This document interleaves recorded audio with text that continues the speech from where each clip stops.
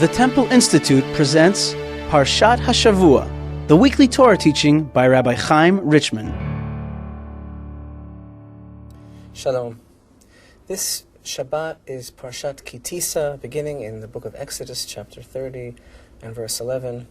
And it's also Parashat Para, which is one of the four special parshiot, four special Shabbatot before Pesach.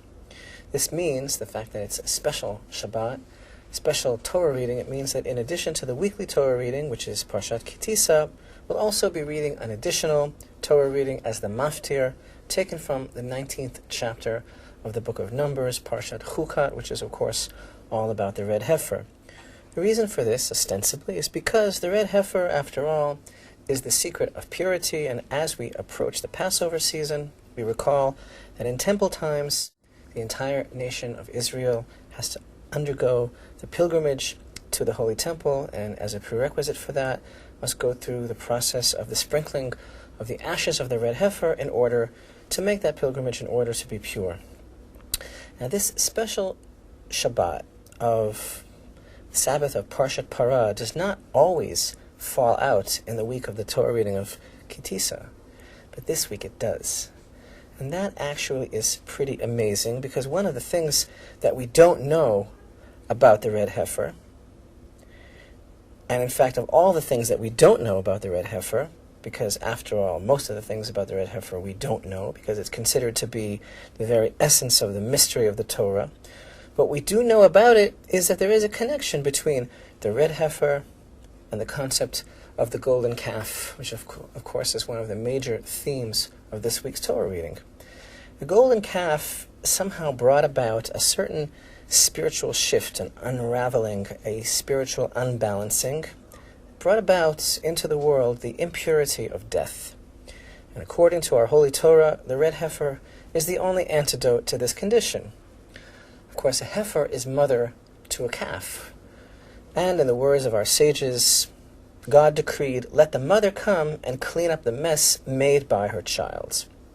Of course, there's a great deal to understand about the mystery of the red heifer, and we've spoken about it in the past at great length, and in order to learn a little bit more about it, you can log on to www.templeinstitute.org and look there under the red heifer link in the navigation bar. You know, to go a little bit deeper though, for now, try to understand the concept of the red heifer as it relates to the concept of the golden calf as we find this very week. Confluence of these two great mysteries coming together to a head this Shabbat. You know, there are things that are great mysteries, but still we are entitled somehow to explore these things to the extent that our limited intellect can comprehend. What is it really about the golden calf that bespeaks death? Essentially here the idea is that true life, without the falsehood of imagery, cannot be contained. It's without borders. It's limitless, but finality, containment, selfishness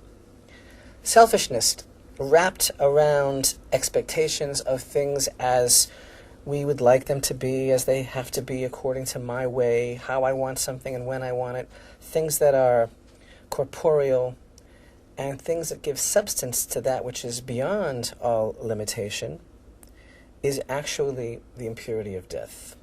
When the false vision of what we thought this world was all about explodes in our face, that is the impurity of death. And the red heifer comes to fix all of that. It's the secret of purity precisely because we are told in advance that we'll never understand it completely.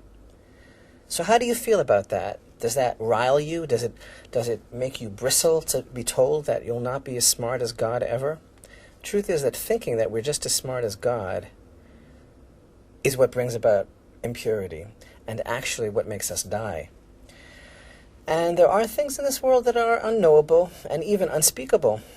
And to be able to deal with that, to be able to admit that there are things that we will never know and never understand, it's a question of humility and maybe we could say knowing our place in the grand scheme of things. Humility is purity, and the secret of eternal life, the secret of the indwelling of the Shekhinah, which the ashes of the red heifer actually facilitate. And thus, it's no wonder that the only person who ever understood all of this was Moses, most humble of all men, as the Torah testifies.